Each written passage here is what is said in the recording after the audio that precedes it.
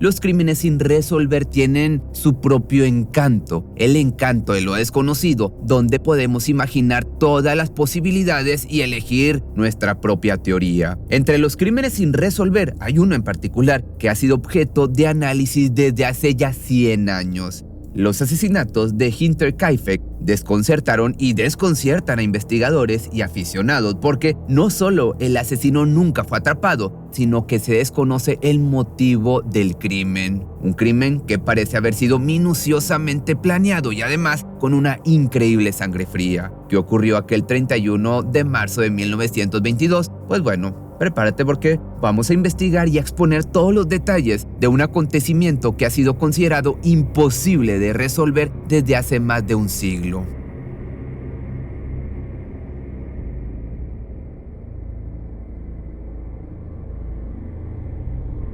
Si buscas Hinterkaifeck en un mapa, no lo vas a encontrar. Es un nombre que se dio a la región donde se encontraba la granja de los Gruber, cerca de la aldea de Kaifeck. Esta granja se hallaba detrás de un bosque y por eso se agregó la palabra Hinter, que significa detrás. Hago esta aclaración porque el hecho de que no se trate de un nombre real ha llevado a algunos a creer que se trata de una leyenda urbana, pero no lo es. Ubiquémonos en esta granja, construida alrededor de 1863, está ubicada en el estado alemán de Baviera, unos 70 kilómetros al norte de Múnich. Estamos en el año de 1922, a finales de marzo. En la granja vivían 6 personas, el dueño de la granja, Andreas Gruber, de 63 años, su esposa, Casilia, de 72, y su hija, Victoria, una viuda de 35 años. Además, había niños, los hijos Victoria, Casilia de 7 y Joseph de tan solo 2 años. Había una persona más, se trataba de una criada de la familia, una mujer de unos 44 años de edad llamada María Baumgartner. Uno de los puntos más controversiales del caso es que no se trataba de una familia muy apreciada por sus vecinos. Aunque tenían un buen pasar económico y trabajaban en equipo, Andreas era un hombre difícil. Se le conocía como alguien hosco y poco amigable, y no era ningún secreto en los alrededores que golpeaba habitualmente a su esposa, pero no era eso el peor de sus defectos. Para nada, todavía había algo peor. Ocurre que Andreas tenía una relación incestuosa con su hija Victoria. Tanto es así que ambos debieron pagar penas de cárcel a causa de esta relación cuando un tribunal los juzgó en el año de 1917. Incluso corría el fuerte rumor de que Andreas era el padre de Joseph, el hijo menor de Victoria, aunque con todo esto ella era quien mejor reputación tenía en la comunidad, ya que tenía, según dicen, una voz hermosa y cantaba en el coro de la iglesia. Esta era la situación de la familia Gruber en marzo de 1922. Los granjeros se mantenían apartados del perverso Andreas y su familia, y los Gruber por su parte estaban contentos de que así fueran las cosas. Si Andreas hubiera dado quizá más importancia a ciertas cosas fuera de lo normal que ocurrían en su granja, tal vez todo podría haberse evitado. Sin embargo, lamentablemente solo se hicieron públicas cuando ya era demasiado tarde. Pocos días antes, el señor Gruber habló con uno de sus vecinos, uno de los pocos que solía intercambiar con él más que las palabras indispensables. Él le contó que había encontrado una serie de huellas en la nieve, pisadas en su propiedad, y estaba seguro de que no eran suyas, que era el único hombre de la casa. Las huellas salían del bosque y se dirigían hasta su granja, pero no había una segunda serie de huellas que se alejaran. Además, lamentó la pérdida de un juego completo de llaves de la granja y lo que podía ser una plaga de ratas, ya que había escuchado ruidos en el ático. También encontró marcas en la cerradura del cobertizo donde guardaba sus herramientas, pero Andreas no dio parte de esto a ninguna autoridad. Antes de eso, la criada que trabajaba con los Gruber se había marchado argumentando que la propiedad estaba embrujada, que los objetos cambiaban de lugar y se oían pasos y ruidos inexplicables durante la noche. La nueva criada, María, llegó ese mismo viernes 31 de marzo acompañada por su hermana, quien se quedó mientras María se instalaba y partió un par de horas después. Fue la última persona en ver a los habitantes de la granja con vida.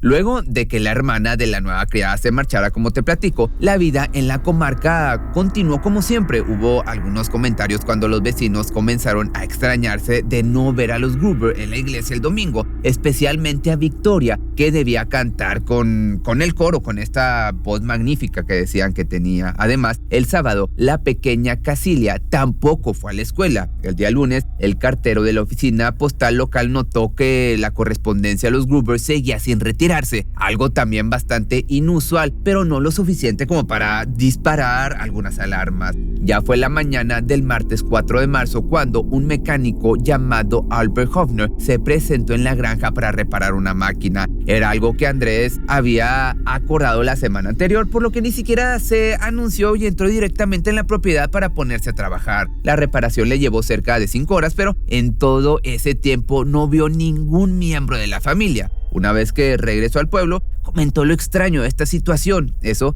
obviamente despertó la inquietud de 3 vecinos que se dirigieron a la granja para asegurarse de que todo estuviera en orden. Lo que encontraron ahí ha horrorizado e intrigado a generaciones de investigadores y curiosos de lo macabro.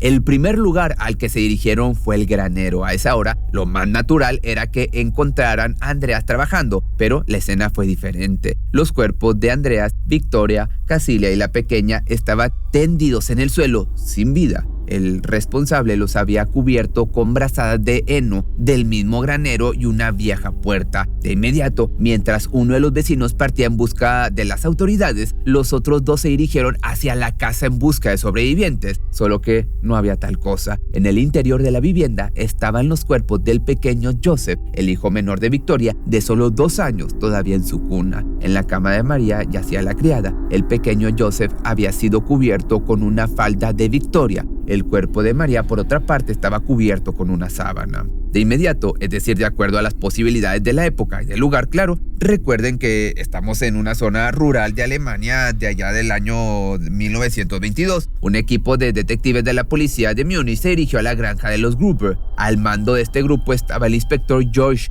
quien esperaba que una granja apartada podría encontrar fácilmente elementos inusuales, solo que al llegar tuvo un gran revés en la investigación que apenas empezaba.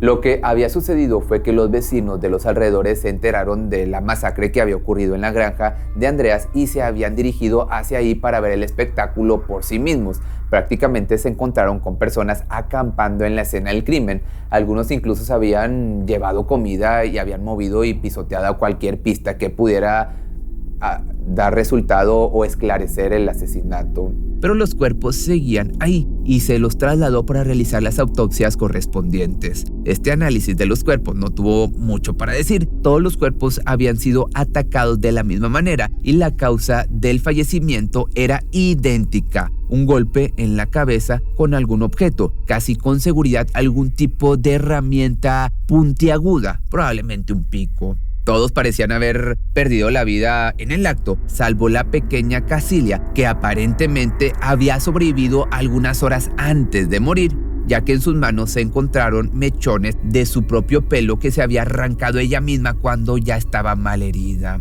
Y en un primer momento se creyó que todo obedecía a un robo, pero debieron descartarlo poco tiempo después. Los Gruber eran una familia, como ya te había platicado, de buena posición económica. No eran ricos, pero no les faltaba dinero tampoco. Y en la casa se encontraron, no precisamente ocultos, los ahorros de Andreas, que ascendían a una buena cantidad de dinero. También algunas joyas de cierto valor, pero nada de eso había sido tocado. Y aquí es cuando aparece uno de los detalles más intrigantes del caso. Recordemos que la última vez que alguien supo con certeza que los Gruber se encontraban a salvo fue el día viernes 31, cuando la hermana de María se despidió de su hermana en la granja. Nadie los vio después, pero todos los cuerpos estaban vestidos con ropa de cama. Ese detalle y el estado de los cuerpos hacían suponer que habían sido atacados ese mismo viernes por la noche. Pero el principal motivo por el que ni el mecánico que acudió a reparar la maquinaria de Andreas ni los vecinos se preocuparon por la ausencia de los Gruber, tanto en la iglesia como en la escuela, fue que durante todo el fin de semana vieron luces en la granja y humo saliendo de la chimenea.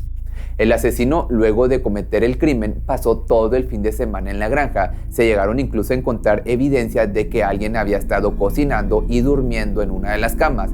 Además, los animales de los Gruber habían sido alimentados e incluso las vacas fueron ordeñadas.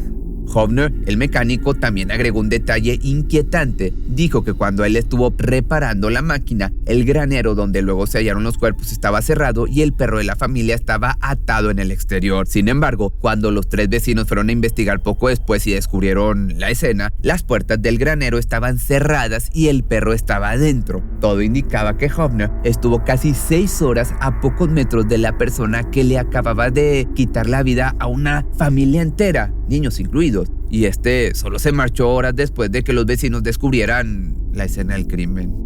La investigación llegó a interrogar a unas 100 personas, pero no hubo elementos suficientes como para detener a alguien y tampoco surgieron pistas que señalaran un camino probable para descubrir al responsable.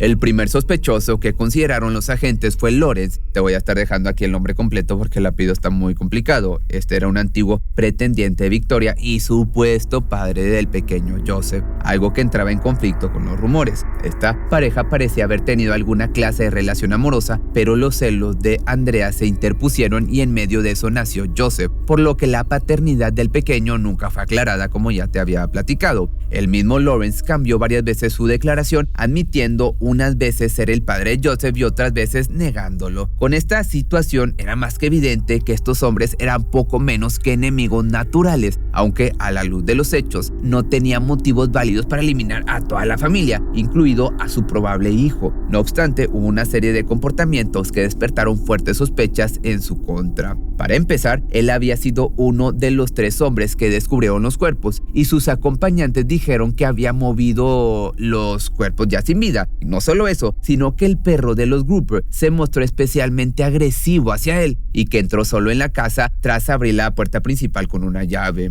Durante años se comentó que conocía detalles muy específicos de los crímenes y que había sido visto varias veces visitando los restos de la granja, incluso después de que ésta fuera demolida. Pero Lawrence se mantuvo firme en la defensa de su inocencia. Cuando perdió la vida en el año del 1941, había demandado y vencido en los tribunales a varias personas que lo acusaban de ser el responsable. Y las investigaciones estaban tan estancadas que las hipótesis se extendieron desde el terreno de lo posible hasta lo absurdamente improbable. Por ejemplo, Victoria había estado casada años atrás con el padre de la pequeña Casilia. El hombre en cuestión se llamaba Carl Gabriel y había sido dado por muerto durante la Primera Guerra Mundial cerca de Francia en 1914. Cuando decimos que fue dado por muerto, significa que nunca identificaron su cuerpo. Pero en los alrededores de la granja de los Gruber comenzó a murmurarse que quizá Carl no había muerto. Tal vez hubiera regresado desde Francia luego de una larga estancia en algún hospital y al ver que Victoria mantenía una relación antinatural con su padre, de quien además había quedado embarazada, enloqueció. El inspector no creía en estas hipótesis obviamente, pero al ver que los vecinos de esta familia la daban prácticamente por cierta, se molestó en interrogar a varios ex soldados que habían estado en las trincheras francesas con Carl, pero fue otro callejón sin salida. Los ex compañeros de Carl confirmaron que le habían visto morir en combate. De esta manera, a lo largo de las investigaciones se barajaron otros nombres y se los señaló como posibles sospechosos, por ejemplo, los hermanos Staller, 2 pequeños delincuentes de la zona, o Joseph, a quien apodaban el panadero loco, nacido y criado en un pueblo cercano y que había huido en 1921 del hospital psiquiátrico en el que estaba encerrado y a quien nunca volvió a encontrarse. De igual manera, el caso de los crímenes de Hinterkaifeck se cerró oficialmente en el año de 1955, después de 3 décadas de investigación que no llevaron a ninguna respuesta. Pero el caso era lo bastante complejo y relevante como para que de vez en cuando se añadieran nuevos indicios o testimonios. Tanto interés de hecho despertó el caso y tan vigente se mantuvo en los registros criminológicos alemanes que el último interrogatorio relacionado con este acontecimiento se produjo en el año ya mucho más reciente de 1986. También en el año 2007, unos alumnos de una academia de policía revisaron el caso utilizando las técnicas modernas de investigación criminal. La conclusión fue que, debido al tiempo transcurrido, a la ausencia de pruebas y a la muerte de sospechosos y testigos, el caso es prácticamente imposible de resolver. Sin embargo, la investigación señaló a uno de los sospechosos como el autor más probable. Esta investigación, que en fondo fue un ejercicio de entrenamiento, como ya te platicaba porque fue en una academia, acabó por mantener el nombre del sospechoso dentro de la institución y no se hizo público por respeto a sus familiares que aún están vivos. Los crímenes de Hinterkaifeck quedaron como una incógnita más en el mundo de la investigación criminal durante décadas. Hubo que esperar hasta el año 2017, cuando Bill James y su hija Rachel McCarthy James publicaron un libro titulado The Man from the Train. En este libro, padre e hija reconstruyen con una minuciosa documentación una serie de crímenes que ocurrieron en Canadá y Estados Unidos entre 1898 y 1912. Un asesino en serie que fue identificado como Paul Mulder, un inmigrante alemán que fue señalado como sospechoso en uno de esos crímenes. Paul no tenía una residencia fija y recorría Norteamérica trabajando como leñador. En este libro se le atribuyen entre 59 y 94 víctimas. El modus operandi de este hombre tiene muchísimas similitudes con los crímenes de la familia Hinterkaifeck. Siempre se trataba de familias completas, siempre de granjas aisladas y el mismo tipo de ataque a la cabeza de las víctimas con un objeto contundente. Como si esto no fuera suficiente, también se mantenía el hábito de cubrir a los cuerpos y nunca había robos involucrados. En el libro se especula que los crímenes de Hinterkaifeck podían ser obra de Paul, ya que este desapareció luego de que las autoridades relacionaran los últimos 3 crímenes y empezaron a atar cabos. Según los autores, Paul pudo haber regresado a su Alemania natal para cometer un último ataque, el que le costó la vida a la familia Gruber. Las investigaciones de Rain Gruber y sus agentes nunca llegaron a descubrir al culpable. Los cráneos de las víctimas fueron enviados a Múnich para ser examinados y llegó a correr el rumor de que la policía recurrió a videntes en busca de pistas, pero los cráneos de los Gruber nunca regresaron a su lugar de origen. Los cuerpos incompletos de las víctimas fueron enterrados en el cementerio Whitehofen el sábado 8 de abril de 1922, mientras que sus cráneos permanecieron guardados en un juzgado de Augsburgo y se perdieron durante los bombardeos de la Segunda Guerra Mundial. La granja también fue demolida en el año del 23. Es un caso que deja una sensación, ya sabes, incómoda, más allá de lo terrible de sus detalles, que los elementos que pudieran poner fin al enigma hayan surgido casi 60 años después, haciendo imposible hacer justicia, o siquiera poner un punto final convierte a los crímenes de esta familia en uno de los episodios más oscuros en los archivos de los crímenes sin resolver. Pero, ¿tú qué crees? ¿Era Mulder el responsable o quizás el pretendiente de Victoria? Algo complicado. Déjame aquí abajo tus comentarios y dime cuál es tu opinión. Si te gustó este video no olvides seguirme en todas mis redes sociales y si quieres ponerte en contacto conmigo me puedes escribir por Instagram que me encuentras como pepemisterio.mx o si no, mándame un correo que me encuentras como correo@pepemisterio.com.mx. Te busco a todos lados pero solo en mi cuaderno. Vivo con tu rostro y te imagino en eventos. A ver si me acompañas desde que pase mar abierto, mar abierto. Y yo sé que tú a mí me hipnotizas.